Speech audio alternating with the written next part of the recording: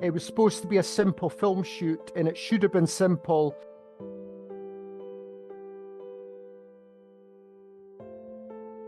First day, the lead actress and the makeup team arrived to set 45 minutes late.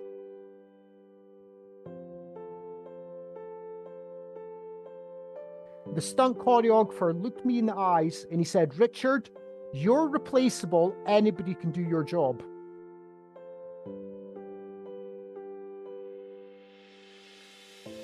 I know she doesn't like me now because of what I said in my book. She fucking hates me now.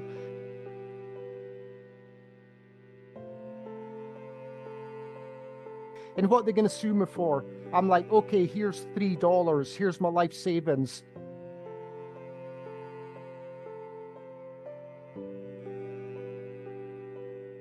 He was belligerent. He was disrespectful. He was condescending. So 9 o'clock comes, no sign of the lead actress. And I fired him and he hung up the phone. I go back outside. I'm going back and forward like a ping pong ball. If you turn up late, you're not professional. And it was wet every day. It was wet. It was windy. The guy took a smoke pellet to the balls. She's dressed up like an Eskimo. Why is the stunt choreographer preventing me from doing my job? I felt like walking away. She stands up, I need to go to the toilet. And I'm just like this, like, what am I doing here? He let us down so many times. Her behaviour was detrimental to the shoot. I called him Tweedledee and Tweedledum. And he's like, tell her to come here right now. If somebody turns up late, I'm going to document it in my book. And they did nothing but complain about me. I did lose my temper on a few occasions. We all had cabin fever. Every day, there was like 20 problems going on. I didn't want to see these people again. So the first person to buy the book was the stunt choreographer. They removed my name from IMDb. Not one person has messaged me on Facebook to say, you're lying, this didn't happen. I did my job. I turned up on time every single day. This is the craziest book you will ever read in your life.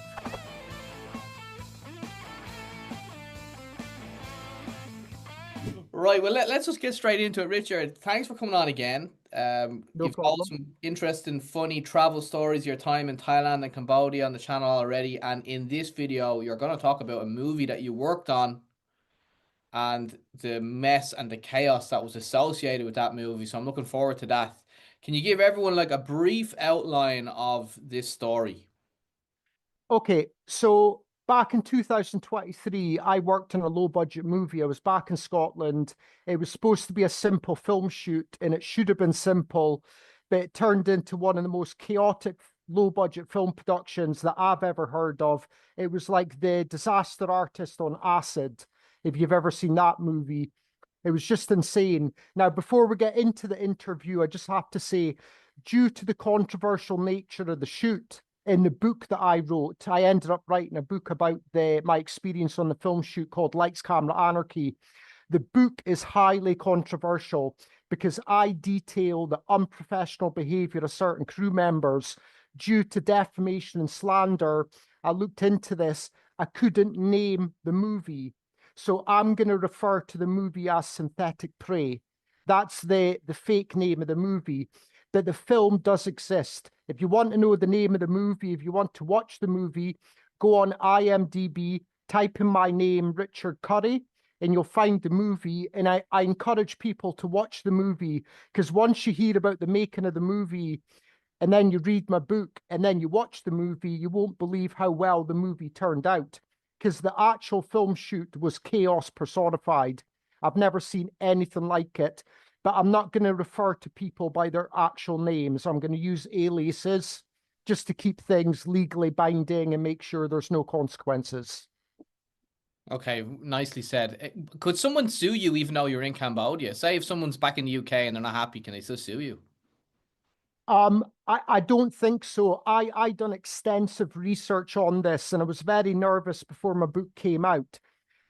Hypothetically, they could sue me, but I think the major consequence that I'm worried about is somebody files a defamation lawsuit, they get a document from the courts, they go to Amazon where my book is available, and Amazon have to take down the book because they are saying oh, this book is about us, he's committed defamation, take the book down immediately. That's my main concern. But I don't think they can sue me. And what they're going to sue me for? I'm like, okay, here's $3. Here's my life savings. I've got nothing. You know, do I look like Hugh Hefner? I've got nothing. They can get my bloody white vest. It's I've got a like that spare one Rocky in the movie. cupboard. You know the Rocky movie when he comes out and was it Rocky 3 or 4, and Uh, he punches the guy that was the manager. oh, that's Rocky Five. He goes, "You hit me, I sue you," and he's like, "Psh, I got nothing." That's I like go, me. I'm sue me Rocky. for what? But no, no, I don't think they could sue me for money. But my fear is they get documentation that proves the link between themselves and the book and what I said in the book, because the book is very controversial. You have to read the book. My concern is it gets taken down from Amazon. Okay. But All right. let's So not we've mention covered that defamation part. again. Okay. Okay. Let's move on from that. We've covered that part, right? So, okay, I've got a question here. The director. How did you meet the director of the movie?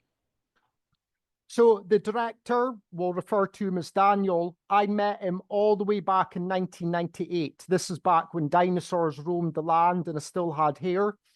We met in college. He was 17 years old. I was 20. It was a media studies college course, one of these ridiculous college courses you do just to meet women. And I met him in the class, and he was an aspiring filmmaker. And he was also into movies. I love talking about movies. And we got along immediately. And I really admired his determination to one day be a director.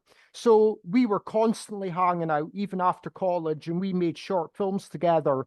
Then in 2009, we're fast forward in a decade, he made his feature film debut. It was a low budget action horror movie. It took a year to make and we had no money, but we made this feature length film and he got a distribution deal in America. It was never big, it didn't make a huge amount of money, but it was available on DVD. And what that low budget film proved was his ability as a feature film director. Now, based on that movie, he started to get funding, what you call funding. People would say, okay, here's £50,000. Can you make a low budget movie? Then he made that movie. And then they said, okay, we're impressed by what you did with £50,000. Here's £100,000. So he made 5 or 6 more feature length films. And the budgets went from £50,000 up to about £250,000. Now, while Daniel was establishing himself as a low budget film director, I was in Cambodia, as you know. I lived in Cambodia for almost 10 years. So I wasn't available to help on any of his other films after his feature film debut, but we constantly kept in touch. And then we would end up working together several years later. Okay. So he sounds like he was doing quite well for himself then if he was directing movies or whatever.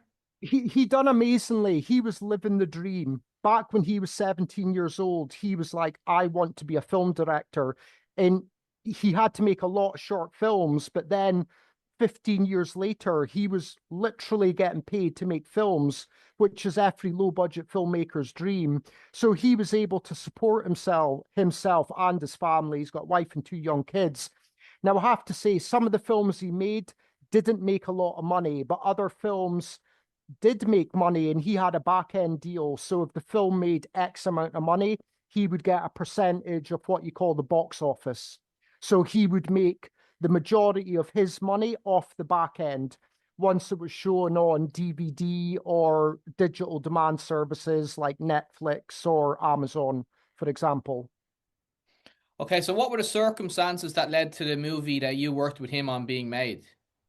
Okay, in 2019, this is the end of 2019, Daniel wrote a sci-fi action movie called Synthetic Prey. It's about a couple that go on their honeymoon in Scotland and they find out they're actually clones who were created to be hunted by rich businessmen. It's a really crazy concept. So he wrote the screenplay and then he gave it to what you call a distributor. And this distributor read the screenplay and he said, I love it. Let's make it for $3 million. And Daniel was like this.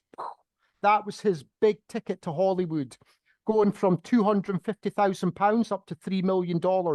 And that would have put his name on the map, and it would have made him very rich, and it would have springboarded his career. But what happened in 2020? The pandemic happened. Film shoots all across the world got shut down, and his film was one of them. So this film was in what you call pre-production. There were a way to start planning how to make it, and then it got shut down. It was heartbreaking for Daniel. So Synthetic Prey, the screenplay, it was shelved. It was gathering dust, and nobody showed any interest in it until 2023. This was August 2023. The same distributor said to Daniel, I can't give you $3 million, but I can give you, I can't give you $3 million, but I can give you $250,000 if you can make it low budget style.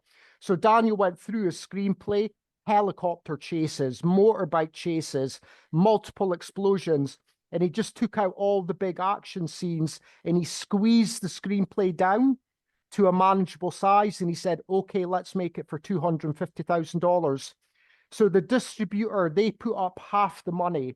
They put up $125,000. I'm saying dollars because the money came from America. You can convert it to British pounds, would be £210,000, I believe. But they said, we'll give you half the money. And then Daniel knew two producers, a married couple, and they put in the other half of the money through their own private savings and an assortment of private investors. So in August, they had the full $250,000. So Daniel started to gather his team together. You need camera, you need lighting, you need all the different technical crew members. And I was in Scotland at this time, and Daniel came to me and he said, oh, they're making my movie Synthetic Prey. And I said, congratulations. And he said, do you want to work on the film? And I was like, no, I don't want to work on the film. And the reason I didn't want to work on the film was because, as many people know, I retired from the film industry in 2017. I hadn't worked on any movies for several years. And I said, I don't want to do it. And he said, I need a first AD. A first AD stands for First Assistant Director. You're below the director, and it's the job of the first AD to help the director achieve his vision. So you've got to make sure people turn up on time, the actors know their lines, the technical crew's in place, handle any problems that the director doesn't want to handle. You're basically his third arm. So I had never been a first AD before, but what I can tell you, Pete, and for anybody that doesn't know, the first AD is one of the most difficult jobs on a film set. You're the tool push. You're constantly motivating people. Right, get over here. Right, lunch is over. Okay, right, everybody keep moving. You're late. What's going on? I didn't want to do it because I'd never done it before. And I said, I'm not doing it. And Daniel kept hammering on. Can you please help me? Can you please help me? And he said, it's going to be a simple shoot. It's a 3-week shoot, 20 people on the crew, 2 separate locations. He said, it's going to be a piece of cake. And I'm like, mate, I don't want to do it. And he said, we'll give you £200 a day. And I said, I'm not doing it. I don't want to do it. I'm retired. And then he said to me, he said, Richard, I need a friend on set. Daniel was making this film with people that he hadn't really worked with before. And if he made a decision and people said, no, we're not doing it this way, it would be him versus the crew. If I was there as Daniel's friend, I would back him up. So he just said, I need a friend on set. Can you please do it? And he was basically, he's my best mate. He was asking me for a favor. I'd be getting £200 a day. He said it was going to be a simple shoot. So I just said, okay, I'll do it. And that ended up being the biggest mistake of my life. Wow, okay. But how long did these movies last for? Like, did you think was it 2 weeks, 3 weeks, or whatever? How long does it take to film a movie like this? So it was a 3-week shoot. The thing about low budget filmmaking, you don't want the shoot to be longer than 3 weeks or 4 weeks, because the more shooting days you have, the more expensive it is. So you have to squeeze everything down to the bare minimum days. 3 weeks to shoot a feature-length film, that is insane. It's not a lot of time when you think about it. Trying to film a 90-minute movie, sci-fi action movie, 20 people on the crew. It was a very tight schedule, and looking back on it, we should have shot for 4 weeks. but we didn't know that at the time. But if you look at feature-length films in Hollywood, some of them go on for like 3 months. Like Terminator 2 took 3 months to film. It's an insane period of time. And we were taking that 3 months and just squeezing it into 3 weeks. And what time of year were you filming here? Like, and where were you filming? So we were scheduled to start filming. I joined the production in August, and we were scheduled to start filming October the 15th. So what we had was 2 months of what you call pre-production. Pre-production is a period where you plan everything. So during that 2 month period, we had to hire the entire crew, lighting department, grip team, makeup, special effects. We had a stunt team coming from America. The three actors, we had two main actors and one lead villain. We would be filming a place called Aboyne, which is in Aberdeenshire in Scotland. It's roughly 1 hour drive from Aberdeen City to Aberdeenshire. Sorry, Aberdeen City to Aboyne. And we hired, it was a big lodge. It was called Cairngorm Lodges inside a national park. Now, this national park is like a big protected forest. And right at the center, they had a huge loch, and they also had a collection of small cabins. So what we did was we hired out all the cabins for the crew to sleep in, and we would be filming in the national park in this huge forest. There was two locations. Number one was the forest. Number two was an office environment, and that's where the climax of the movie would be shot. And that wasn't till the end of the shoot. So there was lots of different elements to organize. We had to get fake guns. We had to get gallons and gallons of blood. We had to hire a humongous camper van. The couple in the movie, they drive around Scotland in a camper van. So we hired this humongous camper van for about 3 weeks. And there was so many different elements to organize. I ended up helping for free. I was only getting paid to be on the shoot, but I ended up helping during pre-production for free just to help get everything organized. And it was a very chaotic 2 months trying to get everything together, but we made it just in time and we got everything organized. And then we started filming on the 15th of August. Sorry, the 15th of October. 15th of October. Can you name the actors? No, I can't name them, but the actress had been in a few low budget films before. The lead actor, he was like a stage actor, never really done anything big before.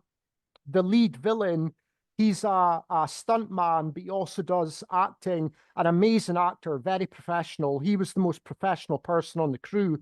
He's been in an assortment of films, but I can't mention their names. Nothing big time, but he's been in a lot of films that you would recognize playing small parts. Okay. What was the advice your friend, the director, gave to you before the movie started? So 2 days before the production started, me and Daniel, we packed up all our belongings. We heard it was going to rain, but we had to film regardless. So we packed up all our belongings, raincoats, and we drove to Cairngorm Lodges 2 days before the shoot started, just to help get things organized. Daniel gave me 3 pieces of advice because he knew that I'd never been a first AD before. And I was nervous, mate. I was nervous because I was going to be leading a team of professional filmmakers, and I've never been a first AD before. So 3 things Daniel said to me. Number one, don't be a time cop. And what he meant by that was, don't constantly put pressure on him. Okay, we've got 5 minutes to get this shot. Right, hurry up. Right, we're losing light. He said to me, don't put pressure on me. I know what time it is. Just back off and let me do my job because he's the director. And I said, okay, fair enough. He said, piece of advice number 2. He said, whatever you do, don't become friends with the crew. And he said, the reason is, if you become best mates with the crew and they start misbehaving, then it's going to be difficult to control them. He said, be professional, be friendly towards them, but just let them know that you're the boss. And I said, okay. Piece of advice number 3, the most important thing. He said, whatever you do, don't tell anyone on the crew that you've never been a first AD before. And I said to him, you want me to lie to these people? And he said, if they find out you've never been a first AD, they will think I gave you this job. Like, remember, I've got several years of production experience, but was never being a first AD. That was being a line producer, a production coordinator, a researcher, but had never been a first AD. And he said, if the crew find out you've never been a first AD, they will stop listening to you and they'll resent you. He said, just pretend you've been a first AD. And I said, okay, fair enough. I understand that you actually you sacked a crew member before the shoot even started. Yeah, I was hoping to keep that secret, but how did you find out about I think someone tipped me off with a couple of questions before this that? interview. I'm I'm being facetious, mate. Someone's made my job a So little bit easier. yeah, I put my foot in it, but it's a very interesting story. Some would say it's a humorous story, not for the guy that got fired. So we've got a grip department. A grip department are the people that carry the heavy boxes and they set up the dolly track, you know, the train track, and you put the camera on top and it crabs left and right and it zooms in. They set that up. So we had 4 people on the grip team. The grip team on this film shoot, they would also be handling the lighting. Usually you have a separate department for the lighting. This was a low budget movie, so we had to combine the grip department with the lighting department. So we had 4 people on the grip department, and they were being led by what you call the key grip. The key grip is in charge of that department, and the key grip works under me. So this guy arrived the day before we started filming. It was on the 14th of October. Everybody turns up. Hey, how you doing? We're shaking hands. The grip team arrived in the morning. The key grip arrived at nighttime at 5 o'clock. Now, I spoke to this guy 2 weeks before. He seemed like a nice guy. We're laughing and joking on the video call. And I thought, this guy, he seems like he's going to do a very good job as a key grip. He turned up the day before filming, and the person I spoke to 2 weeks before was not the guy that I spoke to personality wise. He was belligerent, he was disrespectful, he was condescending. And I'm just like, who is this guy? Every time I spoke to him, he would shoot me down with a condescending comment. And he just made it clear that he was going to be difficult to work with. Then he starts making comments in front of the director, my mate, about money. He was saying, you need to pay my department more money. It's not fair that they're working for X amount of dollars. And I said to him, that's got nothing to do with you. And I said, don't ever mention money in front of the director again. It was completely disrespectful. You don't say that in front of the film's director. So I shut him down. Then he went back to his hotel, getting ready to film the following day. And I went back to my cabin and I'm sitting there and I'm stewing because I can't believe how disrespectful this guy was being. So I phoned him up. I phoned him up at 10:30 at night. Now, this is somewhat questionable. A lot of people would say you can't phone up a crew member at 10:30 at night. I don't agree with that. When you're making a movie, things change, stuff happens, there might be bad weather, the schedule might change. You've got to be able to speak to people at any time of night. So I phoned him up at 10:30 and I just reasserted my authority. I said, listen, I'm the first AD. You work under me. Don't ever speak to me like that again. And don't you ever speak to the director like that again. Don't mention money in front of the director. There's silence on the phone. And I'm like, hello, are you still there?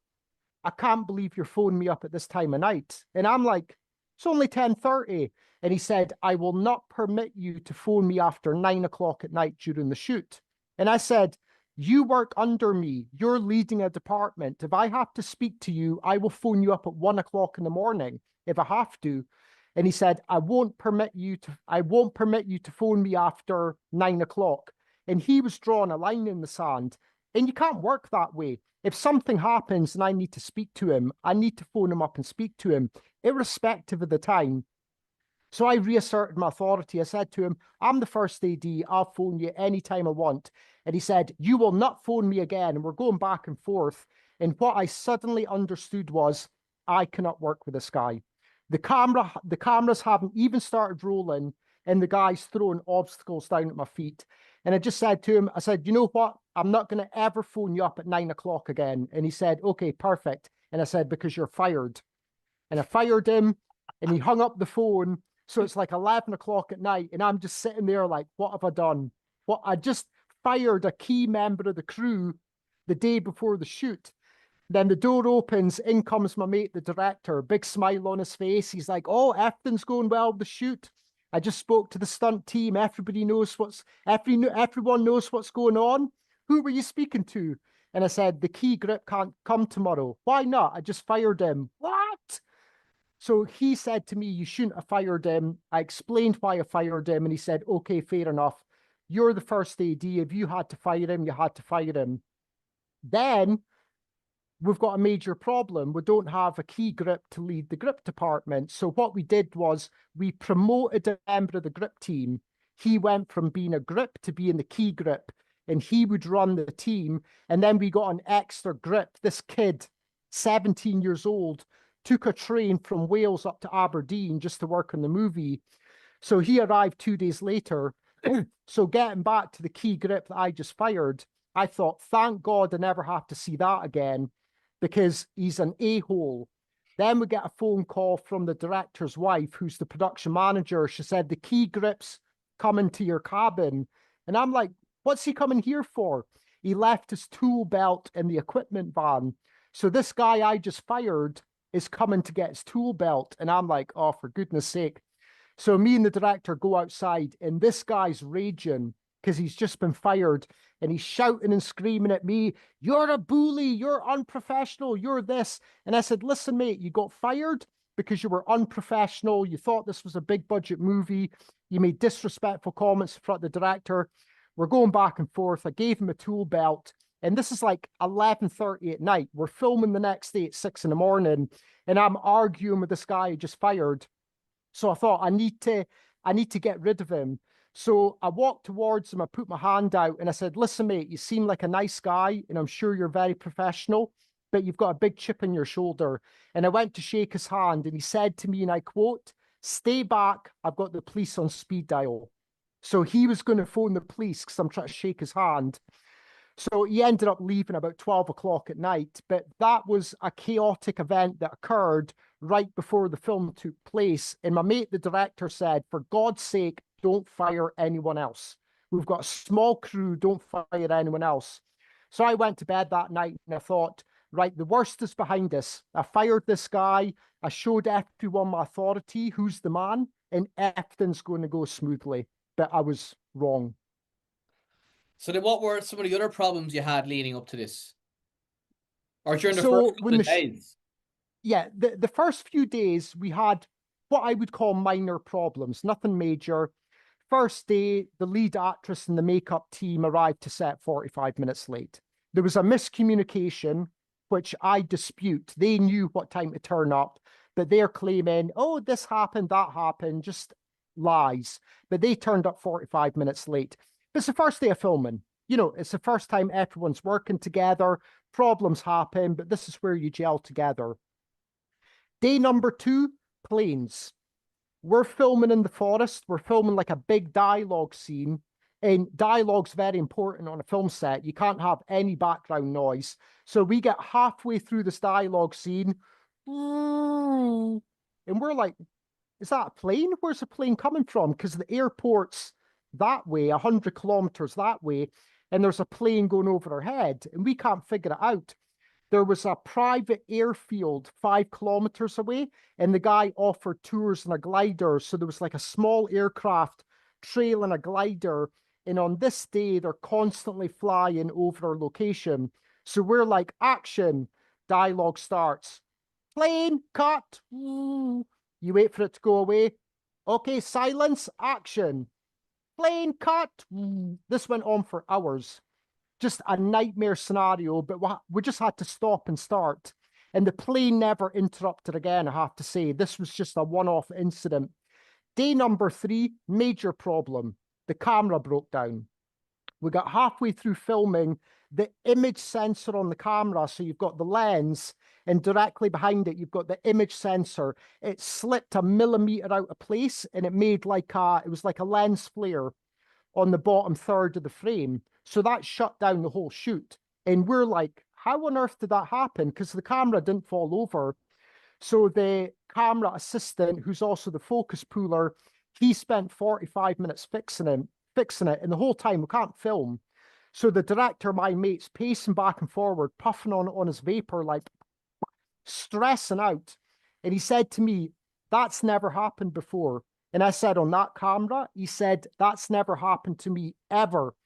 He'd been using cameras for 25 years, and he said he'd never seen the image sensor slip out of place.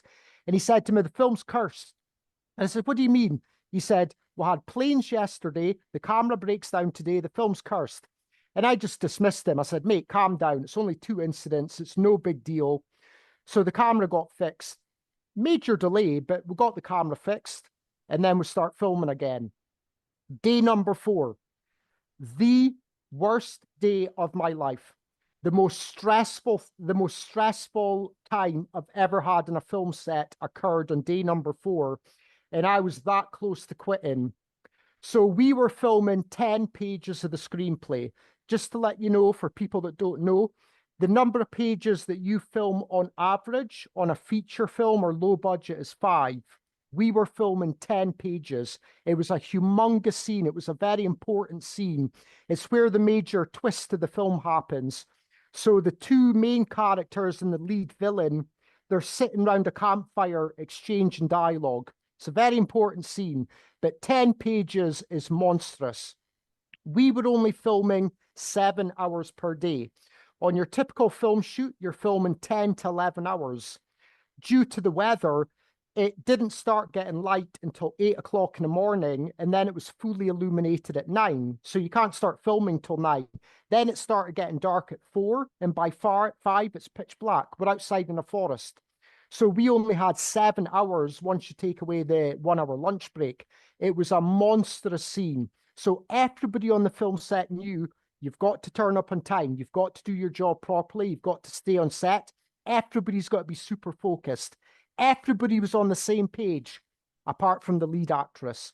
On this day, I understood the meaning of the term prima donna. She turned up at 8:30. We were supposed to start filming at 9. So everybody knew 9 o'clock, you've got to be on location. So one of the cabins in Cairngorm Lodges, that's what we call base camp. Everybody's inside getting the makeup done, eating food. It's literally 20 seconds to the campfire where we're filming a scene. 20 seconds. The 3 actors knew we start filming at 9, get to set 5 minutes before. You don't turn up at 9, you turn up 5 minutes before to start filming at 9. 5 minutes to 9, out comes the 2 male actors, the lead villain and the lead actor. They come and they sit down, and I'm like this, I'm like, perfect. Because my job is stressful. I've got to get the technical crew in place. I've got to get the actors in place. I've got to make sure that everybody comes together when the director says action. So 9 o'clock comes, no sign of the lead actress. We're doing a 3-person scene, and there's only 2 people there. So Daniel turns to me, he's like, where's the lead actress? And I said, she's in the cabin. And he's like, I'm ready to start filming. And he said, go and get her. And I'm like this, for goodness sake. So I shouldn't have to remind a professional actress to come to set. She's got a copy of the call sheets. The call sheet has all the times written down in it. I had told her 30 minutes before, be on set 5 to 9. Now we've got to go chasing after her. So I walk into the cabin. She's sitting down, drinking a cup of tea, speaking to one of the producers, one of the female producer. And they're speaking about some innocuous crap, laughing and joking. And I'm like, we're making a movie. So I said to her, it's 2 minutes past 9. Are you coming to set? And she said, oh, is it 9 o'clock? Like she was completely oblivious that we started filming. And I said, yeah, you've got to come to set right now. And she said, okay, I'm just coming. I go back outside. I'm going back and forward like a ping pong ball. I go outside to say to my mate, she's just coming. 5 minutes later, 7 minutes past 9, director turns to me, where is she? And I'm like, she's in the cabin. He's like, go and get her. He said, tell her I want to start filming right now. He's getting angry with me. I'm not doing anything wrong because I'm telling her, come to set. And the entire crew's looking at me like I can't do my job properly. But if I'm telling her to come to set and she's not coming to set, what can I do? So I go back in the cabin. I'm raging at this point. And I say to her, the director's waiting for you. Everybody's waiting for you. Okay. And she stands up and then she goes, I'm just going to the toilet. And I'm like, what? So I look at the producer and I said, can you tell her to come to set? Everybody's waiting for her. And the producer said, yeah, okay. I go out, 9:15, she eventually comes to set. She's dressed up like an Eskimo.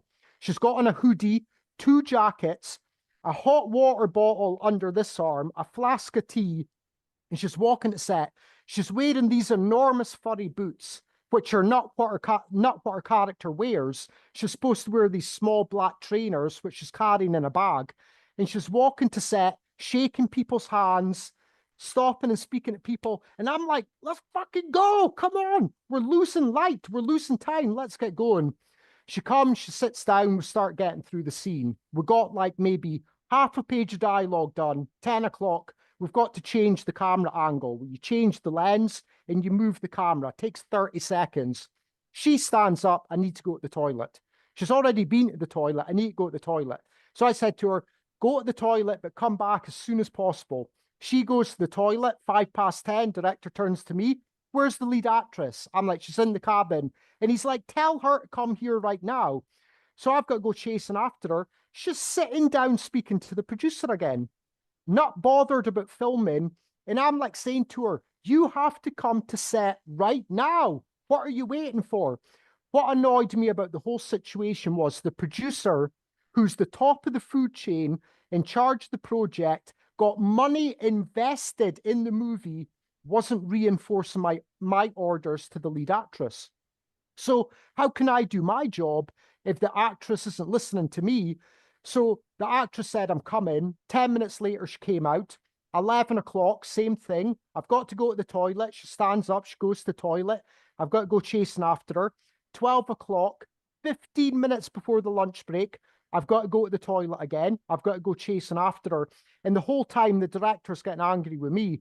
She did this the whole day, mate.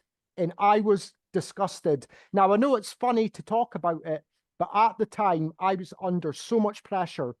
And everybody was looking at me like it was my fault. But I'm telling her, the director wants you on set right now. Beyond that, what can I do? Lift her up?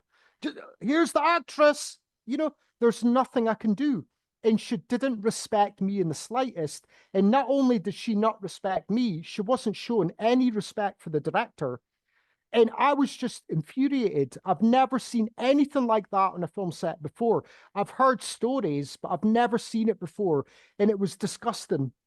It was disgusting behavior. Why do you think she behaved like that? I mean, surely she's an actress. She's been on sets before. It doesn't seem normal. Maybe she didn't like you. She just thought she was being difficult. Maybe because I know for me sometimes if you know, in parts of my life, if I had a manager I didn't like, you can be a bit difficult on purpose. Maybe she was being a Yeah. bit difficult on purpose.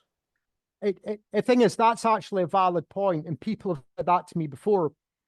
Maybe she didn't like you. Okay, let's say she didn't like me. I know she doesn't like me now because of what I said in my book. She fucking hates me now. Let's say she didn't like me during the shoot. Did she like the director? She liked the director. Did she like the producers? Yeah, they had money invested. They had time invested. Her behavior was detrimental to the shoot. We barely made our day. We filmed right up until 5:30. It was like pitch black. And we had to get 7 lights and aim them down at the ground so the forest floor was illuminated so we could finish the scene. It was chaos. It was absolute chaos. And it was disgusting behavior for a professional to behave that way. It was just disgusting. Has she moved on to like bigger and better things? Is she like a big actress, big name actress now, or anything like that? She she's made multiple films, but I think she's trying to move into producing movies or something. But do you know something? I'll say this. She is a fantastic actress, but her behavior, her antics behind the camera are deplorable. And it doesn't matter how good your acting skills are, if you're not there in front of the camera when the director says action, what difference does it make? It's not just about what you do here, it's what you do behind the scenes. And she acted unprofessionally. And it was truly disturbing. I've never seen anything like it. And it made my job difficult. My job is stressful as it is, trying to get the technical crew in place, sound, camera, lights, all the technical department. That's stressful. Then you've got to deal with prima donna theatrics. It was disgusting behavior. You also got unlucky with the weather as well, yeah? Yeah, so as I mentioned before, we knew rain was coming. We were prepared for it. We had like waterproofing around the cameras. We filmed under trees. So if it did rain a little bit, it would be dampened by the trees and they would absorb the majority of the rain. On the fourth evening, we found out there was a storm coming. It was a proper storm, and we said, well, we've just got to film. We can't afford any delays. It's a low budget movie. If you delay, it costs money. You've got to pay people irrespective if they work or not. So we said, well, we've got to film. Later on, an hour later, the government put out a red alert warning. This was the worst storm that had ever happened in Scotland for 20 years. I don't know if you remember it in Britain 2 years ago. That's what we endured. And what the government said was, do not go outside unless absolutely necessary, and do not travel by vehicle. And here's us, away to film outside in a forest. And we spoke, and the producer said, we can't film. It's too dangerous. The actors' hair will get blown about. They'll be covered in rain. So what we had to do was, we were scheduled to take a day off in 4 days' time. We pulled that forward. So instead of filming on the fifth day, that was our day off. And I woke up that morning, Pete. I thought the whole house was going to blow away. Like the Wizard of Oz when it gets picked up in the hurricane. It was shaking. The glass in the panes was like rattling about. The roof, it was like somebody had a set of drums on the roof. It was insane weather. And I just said to myself, thank God we weren't filming in this because it was really bad. Now, what happened that morning was two members of the grip team, the key grip and the grip, in the storm, they decided to drive all the way back to Glasgow, despite the government warning. The government said, do not travel by road unless absolutely necessary. They went home to see their girlfriends. So they drove from Aberdeenshire to Glasgow in the storm. But we'll get back to that later. You can probably imagine what happened. So on my day off, I had the whole day to myself. I had been taking notes the day before, so I was writing down every time the actress was late. Now, this isn't me being a rat. This is me doing my job. It's my job to look at the shooting schedule. Any problems that are detrimental to the shoot, I've got to identify them.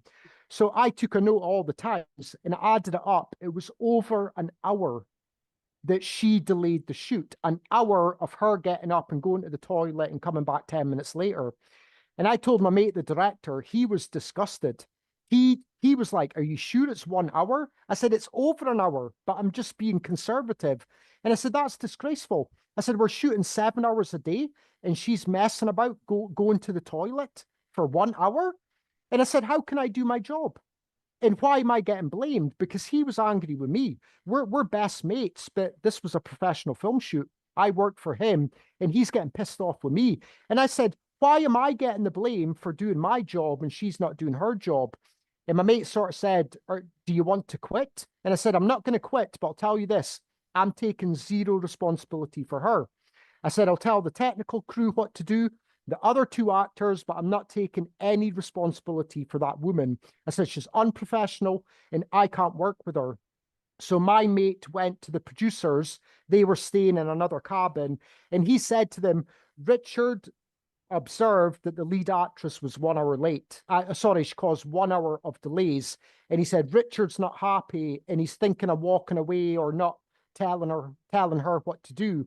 So later that evening, they sat down with the lead actress, the three producers, the two main producers, and then the stunt choreographer. He also invested money in the movie. So he went from being under me, somebody that I managed, to being over me. He was a producer, so he was on top of me. You'll hear the climax of this tale in a minute. So they had to speak to the actress and say to her, you must come to set on time. You must not go to the toilet for longer than 10 minutes unless you're taking a monster shit. I don't know what you're doing. But they instructed her, you have to do your job properly. So the next day comes and I would reap the full consequences of what I observed about the lead actress. So we woke up, this is shooting day number 5, but it's day number 6. We woke up, still raining. Not as bad as it was the day before, but it's still raining. And I'm like, are we going to cancel the shoot? And we said, we need to film. We had no choice. Low budget movie, we had to film. So we're outside in the rain, trying to get things set up. We're filming inside the camper van, but you need the lights outside the camper van shining in. We're trying to set up the lights, the wind's blowing the lights about. It was just crazy. The 2 groups that went down to Glasgow, they left Glasgow at 3 o'clock in the morning and they had to be on set at 7. They were stuck in traffic. There was a massive landslide right across the main road coming from Glasgow to Aberdeenshire, and the traffic was backed up for like 10 miles. So they were stuck in traffic and they're phoning up like, oh, we're stuck in traffic. And I'm like, this should not have went to Glasgow. They knew how bad the weather was. There was a red alert warning. They shouldn't have went to Glasgow. So as far as I was concerned, when they did come back to set, which was going to be in the afternoon, I was going to speak to them and I was going to tell them, you guys cannot leave set again if there's a storm, because you've seen what happened. I wasn't going to go to town on them, Pete. I was just going to remind them, you can't do that again. So me and Daniel, we're sitting in the cabin. Things are getting set up outside. The grip team's struggling because there's 2 of them instead of 4. I'm sitting down talking to Daniel. In walks the stunt choreographer, who was also the producer. He had a face on him. If Daniel wasn't there, I think he would have kicked me through the window. He looked infuriated when he seen me. And I'm looking at him like, what's this guy's problem? And he sat down and he's like, what's happening today? And I told him about the 2 grips stuck in traffic. And he was like, oh, it's no big deal. And I said, it is a big deal. I said, they should be here. I'm going to speak to them when they come back. And he said, you're not speaking to the grips. They're too important. And I said, I'm the first AD. These guys work under me. I have to tell them what to do. The stunt choreographer had a very close friendship with the key grip. It was like a bromance. And he said, you're not speaking to the key grip. He said, he's too important on this production. We can't risk losing him. And I said, I'm the first AD. I have to speak to him. And he said, the key grip's high up the chain of command. And he said, he's above you. So I'm the first AD. Then there's the director, then the producers. What the stunt choreographer told me was the key grip was above me. So this guy works under me, and the stunt choreographer saying he's above me. And I'm like, the key grip is above me. I'm the first AD. The stunt choreographer looked me in the eyes and he said, Richard, you're replaceable. Anybody can do your job. And I looked at my mate, the director. He's like this, like I was flabbergasted. And I'm thinking to myself, why is the stunt choreographer preventing me from doing my job? Why is he telling me that I'm replaceable? I couldn't figure it out. I'm looking at this guy like, what's going on?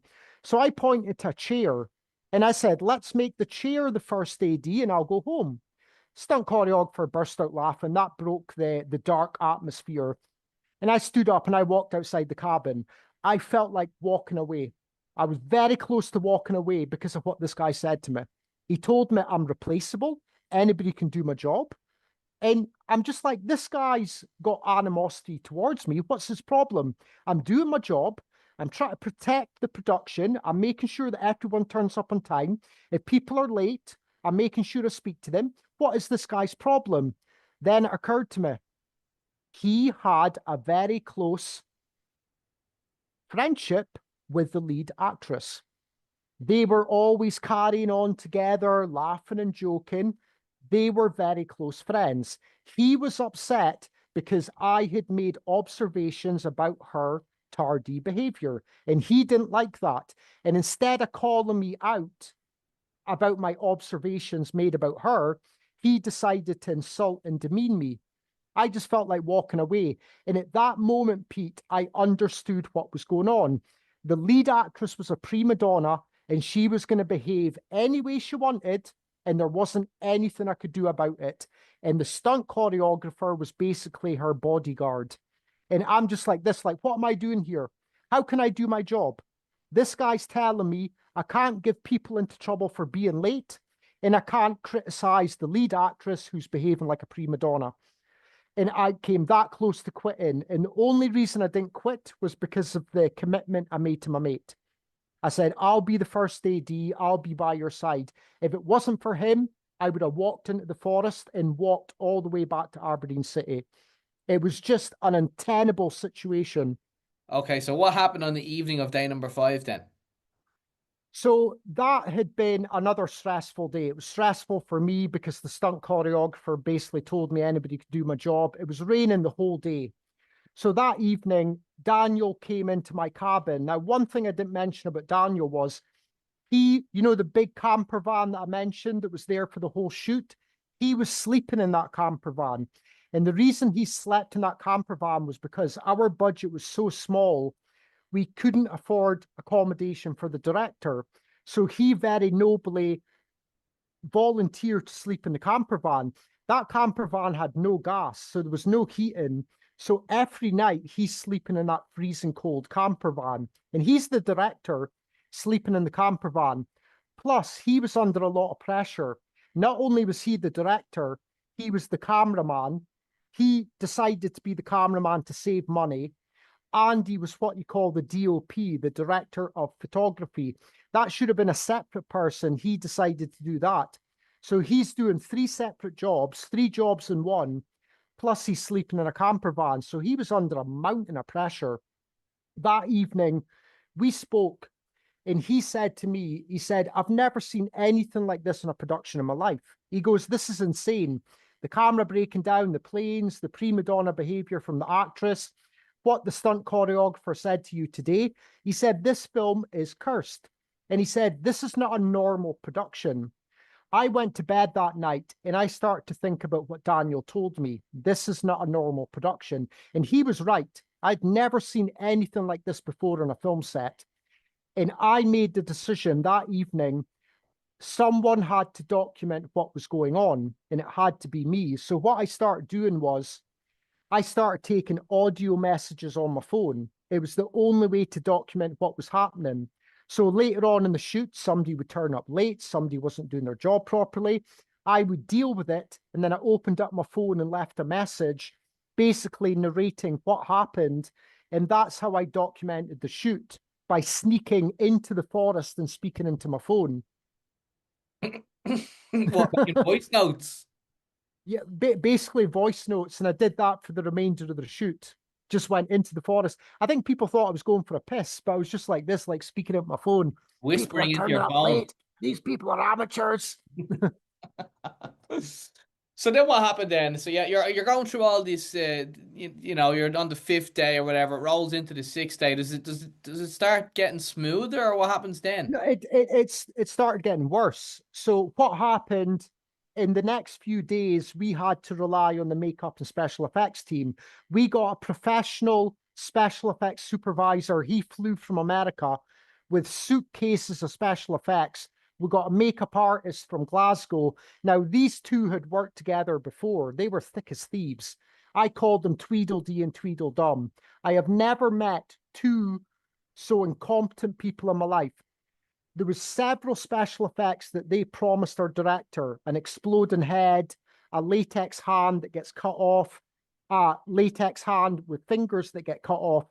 When it came time to do these special effects, the special effects supervisor said, oh, the exploding head was lost in customs. I left the latex arm in LA. He let us down so many times. This movie should have been a bloodbath, but because the special effects and makeup team let us down, there was several special effects gags that we couldn't use in the film. And it was literally the minute that we needed them, he said, oh, I don't have it. Just casually, oh, I don't have it. So they let us down big time. Then we had to do 3 days of stunts in the forest. That was insane. 3 days of action because we had to rely on the stunt choreographer. Now, this guy, I'm sure that he's very experienced and highly capable, but working on our movie, the stunts that he came up with, they were so elaborate. We done one stunt scene. It was on screen for 1 second. It was a 1 second shot. Took 4 hours to film. 1 4 second hours. shot. one shot, 1 second, and it wasn't even in the screenplay. And he kept coming up with action scenes. Like, I'm looking at the script and I'm going to the director, like, what the fuck what's going on? He just seemed to conjure up action scenes that didn't make sense. So that went on for 3 days. During the action scenes, this is quite a funny story. We had 5 stunt performers. They were playing soldiers, so they had on like black fatigues, and they had these humongous paintball tactical helmets with a black visor. Now, due to the tactical helmets, they couldn't see properly. So they've got 50% vision and they can't hear. So they're in the forest. We're trying to direct them, and they're like, "What? We can't hear." And we're like, "Oh, for God's sake." So we're doing this one scene. We've got the 5 stuntmen walking towards us. They're tripping over the tree trunks, and because they can't see anything. Off camera, we've got 2 people with paintball guns. And in the paintball guns are what you call smoke pellets. A smoke pellet, you fire at a tree, it explodes, and it looks like a bullet hit. So these 2 men are absolutely racking the stuntmen, the trees around them with smoke pellets, just like, and these stuntmen are like this, can't see anything, smoke pellets coming towards them. All of a sudden, a stuntman drops and he grabs his groin, and we're like, cut, man down. The guy took a smoke pellet to the balls. He got shot in the balls with a smoke pellet. These smoke pellets are like marbles. The only way they explode is by hitting a tree. And he caught one between his testicles, and we're just like this, like, what the hell is going on here? Then another funny story. So during the action scenes, it's bedlam. This national park is a serene environment. We've got explosions going off. We've got people getting shot. We've got people covered in blood. People shouting and swearing, "Get the hell down!" So it's like a war zone. This elderly couple, they came to the national park to stay to do bird watching. So they opened up their curtains to do bird watching, and there's explosions going off. There's people with guns, and they were disgusted. So they complained to the people that owned the lodge, and they nearly kicked us out. So we had to pay them £500 just to appease the elderly couple for ruining their holiday. Have to give them money. We had to because we thought that they were going to chuck us out for good. So had to pay money, and that came out the budget. Our budget, $250,000. 90% of that was depleted before we even said action.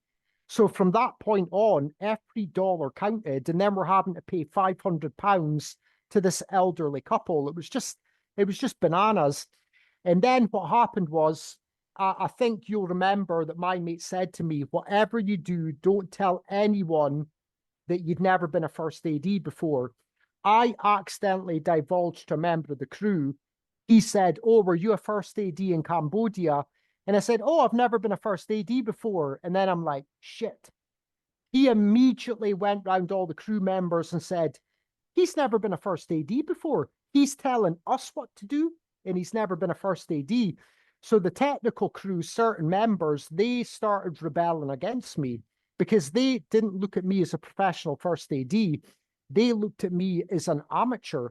And I was an amateur as a first AD, but I'd been a line producer before, I'd been a researcher, production coordinator, but they started to resent me. Yeah, exactly. And I can see where they're coming from. But at one point, it was just difficult for me because I volunteered to be the first AD, and because I'm a big mouth, I've now got certain members of the crew rebelling against me. And what I found out was the lead actress, the special effects supervisor, and the makeup assistant, they absolutely hated my guts. They absolutely detested me. And every single night, they sat in their cabin and they did nothing but complain about me. And those people, they were late almost every single day. The reason they didn't like me was I was constantly on their back. "You need to turn up on time. Come on, what's going on? Let's get to set on time." And they hated me because they were late. They wanted to turn up late and there was no consequences. I'm trying to do my job, and they hated me because of it. Halfway through the shoot, Pete, I was I was just lost. I didn't know what to do. I was just broken psychologically. I thought that everybody hated me. I thought my only friend was the director. I felt like leaving on the lunch breaks. Everyone sat together. I just went to my cabin and just sat there, just alone. It was horrible. It was a horrible experience because I didn't want to be there. And I knew that people didn't like me. And all I was doing, mate, I was trying to do my job. That's all I was trying to do, was to do my job. And these people hated me. My mate, the director, I have known him for 25 years now. He was on the verge of breaking several times. I could see it in his eyes. He was distraught at what was going on. People letting him down, people turning up late, losing light every day, planes, camera breaking down, prima donna actress. He's sleeping in a camper van every night. He was on the verge of breaking down. And several times, to say this as respectfully as possible, I thought he was just going to start crying. He was just like, and this was his movie. This was his baby. And he wants to get the film completed. So he's got money to give to his family. He's a working man. Try to get the movie completed. Some crew members, they didn't come to Scotland to work in the movie. They came to Scotland on holiday, and they made it clear they didn't want to work. That's why they turned up late. If you turn up late, you're not professional. You're not wanting to do your job properly. I turned up 15 minutes before my shift every day. You know what I mean? That's being professional. They turned up 15 minutes after the call time. And it was just a nightmare. And it was wet every day. It was wet. It was windy. It was just insane. You would start the day, you walked outside, it's raining, you're wet and cold within 5 minutes, and then you've got to continue for 7 hours in the rain. It was just nuts. It was nuts. And everybody, you could see it in their eyes. They just wanted the shoot to stop. They wanted the shoot to be over. We were filming 90% of the movie in the forest, 90% of it. So that's like 2.5 weeks of filming. Then we were supposed to go to this office location. Now, what happens in the movie? The two main characters find a secret door, they go through it and end up in the future. So we had this office location that was booked 1 month in advance. This office location, it was like a big open plan location, glass panels, white pristine. It would have been perfect for a futuristic environment. We had it booked 1 month in advance, and it had lay empty for 3 years because of the pandemic. Paperwork was signed, everything was set in stone. We had a day off, and on that day off, we're moving from the forest location to the office location. People have packed up. People are in cars going to Aberdeen City because that's where the office is located. People have checked into their new hotels. Me and Daniel, we packed up all our stuff from the lodge, and we went over to where the makeup and special effects team were staying with the producers, and they had like 20 bags of equipment, and we had to pick up the bags and load it into the van, and then drive over to Aberdeen City and load it into the office location. As the equipment's being loaded into the van, I'm in the back of the van taking all the equipment, and I look up and nobody's coming out with equipment. They're all inside the lodge. And I'm like, what's going on here? I go walking the lodge. It looked like a wake at a funeral. People were sitting in the kitchen. There was a girl crying. Somebody was rocking back in their chair like this. Daniel came walking out the lodge. He had a look in his face of defeat. He just looked like at that moment it was over. And I didn't know what was going on. So I said to the producer, what's going on? And he said, we've got a big problem. The location fell through. And I said, what location? He said, the location. And I'm like, what location? The office location just fell through. The office location we booked a month in advance had just fallen through the day before we were supposed to film in it. And that's how we know the film was cursed, because we thought the forest was cursed. That's what we assumed. Everything that went wrong was in the forest. If we go to the office location, it's a controlled environment. There's going to be no more rain, no more wind. It's going to be plain sailing. And then the office location fell through. We couldn't believe it. This is an office near this lodge. No, in Aberdeen City. Oh, Aberdeen City, okay. So we were packing up to go from the lodge to go to Aberdeen City, and it fell through literally the day before we were supposed to film in it. So everyone scrambled. Sorry? What you do then? Well, we had to find another location, but we had to find one quickly because the entire crew was only available for 5 days, and it took us a month to find the office location. So we scrambled, what we're going to do, what we're going to do. And then Daniel's wife, the production manager, she said, let's film in the bunker. There's a bunker in the town of Inverbervie. It's deep underground, like a proper bunker that was built in the 1950s. I don't know why. And she said, that's available. Let's film in the bunker. But this bunker, it wasn't white and modern and sleek. It looked like a bunker, but we didn't have any choice. Daniel didn't want to film in the bunker. He said no, but his wife said to him, we're filming the bunker or we don't film at all. So we just had to film in the bunker. The following day, we took all the equipment into the bunker. It was like 100 meters underground behind reinforced steel doors. And we had to film in the bunker. And what was crazy about that environment was we all had cabin fever. We lived at the cabins for 2.5 weeks and we were emotionally fragile. So we're taking this group of people that hated each other, that wanted the shoot to be over, and putting them 100 meters underground and then closing the door. And then it was 4 days of chaos in the bunker. There's hundreds of stories that I can tell, but because of time, I'll just gloss over it. But you've got to read the book because it was just an insane shoot. Every day there was like 20 problems going on. People problems, location problems, stuntmen get shot in the balls. It was just insane. It was just insane. But we finally got through the shoot. We got to the last day. And I'm telling you, if you looked at the faces of the crew, these people looked like they want to die. We didn't see daylight for 4 days because we got to the bunker early in the morning when it was dark, in the bunker, closed the door, then we came outside at nighttime. So for 4 days, nobody's seen daylight. It was just nuts. And when the shoot wrapped, so what you say is picture wrap. You say picture wrap, and usually there would be elation, people jumping, people were just like this. Just no energy, no enthusiasm. But what happened was when we wrapped, we didn't have 100% of the film finished. We only had 90% of the film finished.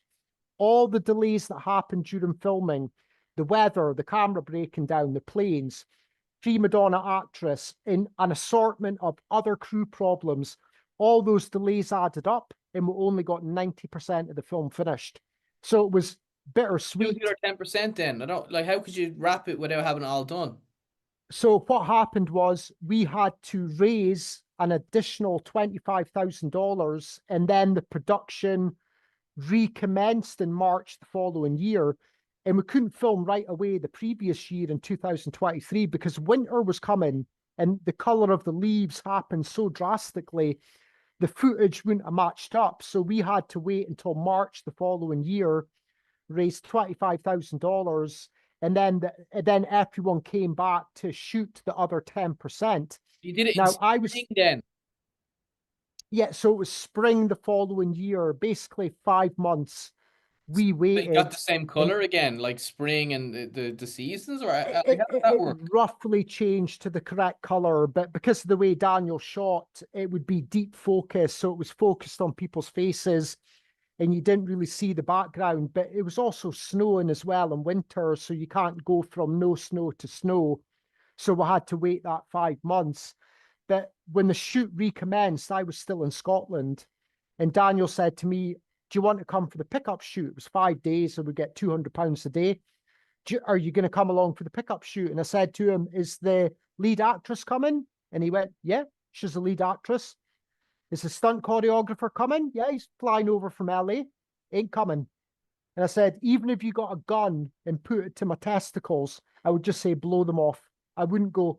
I didn't want to see these people again because of the way they behaved during the shoot and because of their treatment of me. I just said, I'm not coming back. And he said, you're a coward. Like he was like, wind him up. He said, you're a coward. And I said, I'm not a coward. It's common sense. I know how difficult these people are. And I said, I don't want to work with them. So the pickup shoot recommenced. There was a few minor problems, but nothing major like what happened during the shoot. But the film for 5 days, and Daniel got all the footage that he needed to complete the film. Well, and how did the film do? Did it do well? It hasn't done great. It hasn't done great. They're still waiting for the initial reports, but it hasn't been the major hit they were hoping for. And I need to say this. I am so frustrated that I can't mention the name of the film. I would love to mention the name of the film because I'm on here. You've got a healthy audience. I can promote the movie, but the producers, other people, I've been threatened with like slander and defamation. What I would just like to say to people, in addition to buying my book, you need to read the book to understand how chaotic this film shoot was. I encourage people to watch the film.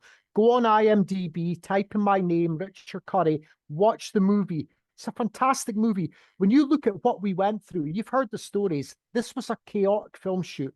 People need to watch the movie. It's a very good film. It's a very good film, and people need to watch it, but I can't mention the name of the movie because I might get sued. My book, which is based on this film shoot, it's called Lights, Camera, Anarchy. I started writing the book as soon as the shoot wrapped. I just started writing straight away. The first thing I did was I went through all the audio notes.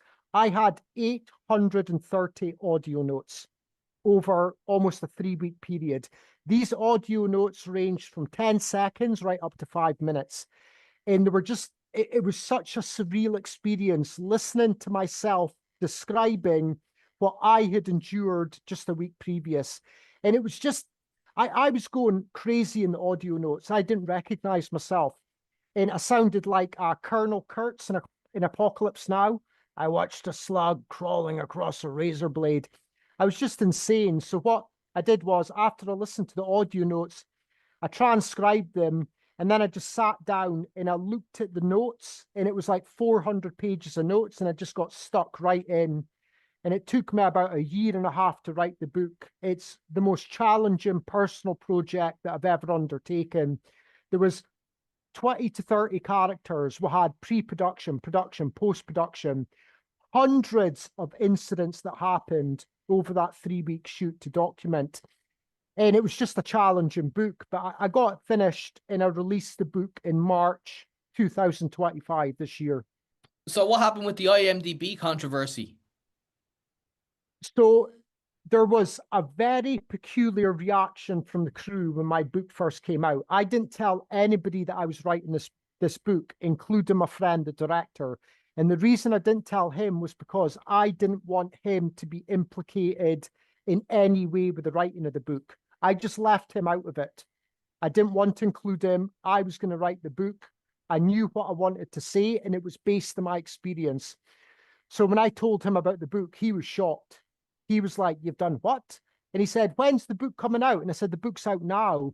So he told the crew. I'm not friends with anybody on the crew. Nobody's on my Facebook. And he told them 80% of the crew laughed. They were the people that did their jobs. They were like, "Oh, no big deal." 20% of the crew were shitting themselves. That's the people that weren't doing their jobs properly. So the first person to buy the book was the stunt choreographer. He downloaded the book and he's going through the book. And what he started doing was screen grabbing certain paragraphs of the book and he put it into a group chat. So all these people from the film crew are basically reading my book for free. And they were quite appalled by what I had to say. But remember, this is my personal experience. My opinions are my own. If somebody turns up late, I'm going to document it in my book. The first reaction by the producers, they went on IMDb. IMDb is the Internet Movie Database. Every single film has a cast and crew list. For Synthetic Prey, my name was on the cast and crew list under First AD Richard Curry. I was very proud of that. They removed my name from IMDb because they didn't like what I had to say about the production. So this went on for 2 days, and I contacted the producers. I didn't contact them about the IMDb controversy. I just said to them, "Listen, I'm sorry about what I said about you guys, but this is how I feel. You know, you can't change my opinion." And I said to them about IMDb, I said, "You people look guilty. I wrote the book. You're saying the book is filled with lies, and you removed my name from IMDb." I said, "You can't do that. Doesn't matter what I've said in the book, whether you agree with what I said or not, whether or not you think it's a lie, you can't take away the fact that I worked in the movie." And I said, "If you don't put my name back up, I'm going to make a video and I'll call you out." So they reinstated my name after 2 days but it doesn't take away the fact they removed my name. That's disgusting. And the other thing I want to mention is I have accused the lead actress of being a prima donna, the stunt choreographer of not doing his job properly, the makeup and special effects team of being highly incompetent, and various other people are not doing their jobs. Not one person has sent a message to me. Not one person has messaged me on Facebook to say, you're lying, this didn't happen. Not one person. What does that tell you? Guilty or not guilty? They didn't say anything because I told the truth. Well, I'm sure they'd have their own story as well. I mean, it would be interesting to get their side of it as well. I'm sure they'd have an interesting opinion on you. Well, I'll tell you something. So I've got people inside. I've got people who are friends with me and they feed me information. There was several allegations that went on about me during the shoot that nobody mentioned until the book came out. Allegation number one, a certain member of the crew alleges that I was drunk during the shoot. They said they could smell alcohol on my breath. I did not touch a drop of alcohol during the shoot. The reason is because I had a high-powered position, I couldn't afford to be hungover, and I knew that if I got drunk, I wouldn't be able to do my job properly. They're saying they smelled alcohol on my breath, the implication being that I was drunk. The reason they said that is to discredit me. They want to discredit what's in the book. Allegation number two, a certain member of the crew is claiming that for the entire shoot, I was walking about shouting and screaming at people. This is not true. I was always respectful to people, apart from the guy that got fired, but he had it coming. But I was always respectful to people.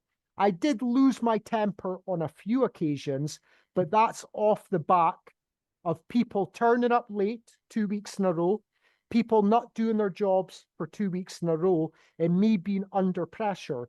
And I'll admit, I did raise my voice, but I was not walking about the entire time shouting and screaming at people, and nobody said anything to me. In today's day and age, you can't be shouting and screaming at people that are under you because you'll get pulled up in it. Nobody said anything during the shoot. Nobody said anything about the alcohol on my breath, and nobody said anything about the shouting and screaming. Do you It's think you all might have burned lies, your baby. bridges though in the movie business? You What's know, that? Sorry? you think you might have burned your bridges in the movie business? You've written a book about your experiences. I mean, your So, reputation, your name in the movie business hasn't been uh, tarnished. so the reason I wrote the book, and I mentioned this in the final chapter, I'm not ruining anything for people that haven't read the book. I very clearly state there's no way in hell, even with a gun to my balls, that you could ever persuade me to set foot on a movie set again. I will never, ever work on a film again. I don't think anyone would hire me, but that experience was so horrendous that I will never work on a film set again. I will admit, I should not have been the first AD. I was underqualified and I was inexperienced as a first AD, but I did my best. I stepped up. I did the job. I've spoken to multiple people that have read my book that work in the film industry. Do you know what they told me? They would have quit after day number 4. And I stuck it out. And I'm very proud of that. In spite of the horrendous experience, I stuck it out. But I will never work on a film again. And that's why I was able to write so freely. I don't care if I'm blacklisted. I don't care if I burn my bridges. I will not work on a film set ever again Wasn't based that on your that career experience. though? Like you've kind of, does that mean your career is done? It's done. It was done. It was done in 2017, Pete. It was done back in Cambodia when I basically quit the business and I said I'm done, and then I bought the hostel, and I was happy with my career. And then I got pulled in for one final job, but I don't care if I never work in the film industry again, and I don't care if people say, "Oh, you shouldn't have said that about the lead actress. You shouldn't have said that about the stunt choreographer." Guess what? They were hired to do a job. Their behavior and several other people's behavior was detrimental to the completion of the production. I did my job. I turned up on time every single day and I did my job to the best of my abilities. I would never do it again. Like, I'm being serious. I would never do it again. And you need to read the book to understand. This was a psychologically damaging shoot. I read over the manuscript on occasions, and I can't believe what we endured. It's a cinematic miracle that we were able to cut a film together. When you look at all the problems that occurred, it was bedlam. It was bedlam, baby. And I can't believe that I survived it. It was just one of the worst low budget film shoots that I've ever heard of. Okay, so I understand someone left a negative review on Amazon. Tell us about that.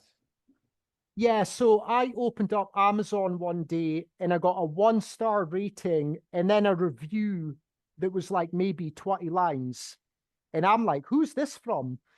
So I start reading the review, and this person was maliciously calling me out. The first AD's an idiot. He didn't know what he was doing. It's his fault the film shoot was so disastrous. And I read through it and I thought, this person knows me. It might have been a crew member, or it might have been somebody associated with a crew member. And I start thinking, who is it? And I read the name, didn't recognize the name. I'm like, who is this joker? So I copied the name, copied and pasted it into Facebook. I said, the guy's got to be on Facebook because it was the actual name. Hit search, one profile came up. Clicked on the profile, up comes a picture of a guy, mid-30s, goatee, nice head of hair, and standing next to him is a woman. And I'm squinting my eyes like, I know that girl, the fucking lead actress. It was the lead actress's boyfriend. He didn't read the book, but he heard the stories that I had been telling behind the scenes, and she fed it back to him. And apparently, she said to him, do not say anything and don't leave a review for the book. Well, the guy didn't. And then he got drunk one night and he left that ranting, raving review. And I was just like, what a son of a gun. So I spoke to the director who spoke to the actress and I said, tell the guy to take it down or I'm going to make a video about it and I'll include the lead actress's picture in the video. So the guy took down the review, but I can see why he's upset. You know, obviously his girlfriend's painting the events in a slightly different manner that make me look like the villain, where she was the person that turned up late every day. But I'll tell you the funny part of the story. He's a part-time Amazon delivery driver. So there's a very high chance that he delivered copies of my paperback to customers. So if he's listening, thank you, sir, for your efforts. How many copies of the book have you sold? Next, I'm too embarrassed to say, mate. The book has been a disaster. I'm not getting the kind of numbers that I hoped for. I assumed because of the subject matter, I don't think I'm being arrogant. It's a wild, wild story. It's like The Disaster Artist, which is one of the most famous books about filmmaking. I'm not doing the kind of numbers that I hoped for. That's frustrating. That's angry, but I just need to chip away and keep getting the word out. But it's not exactly setting the world on fire, which is very depressing for me. But that's life, you know. I don't know if it's the subject matter. Maybe my name's trash right now. I said to my mate said the film's cursed. So we had a horrendous film shoot. His movie has not done that well. And I said the curse has now attached itself to the book. So the film shoot was cursed, the film's cursed, and now my book's cursed. Maybe it's not those things that are cursed. Maybe it's you. You're right. You're right. It's me. If I wasn't there, everything would have went smoothly. It would have been sunny. Everybody would have turned up in time. It would have been a blockbuster. Netflix would have picked it up. Exactly. Maybe the director should sue me for defamation for ruining his film shoot. This is the craziest book you will ever read in your life. Okay, you need to check it out. It's non-stop chaos, entertainment, laughter from start to finish. I haven't even scratched the surface. There's stuff that went on that I haven't even spoken about, and you won't believe what happened. Check out the book, Lights, Camera, Anarchy, available to buy only on Amazon. And the Oh, lead I'm actress's well down boyfriend, he will deliver a copy to you. below.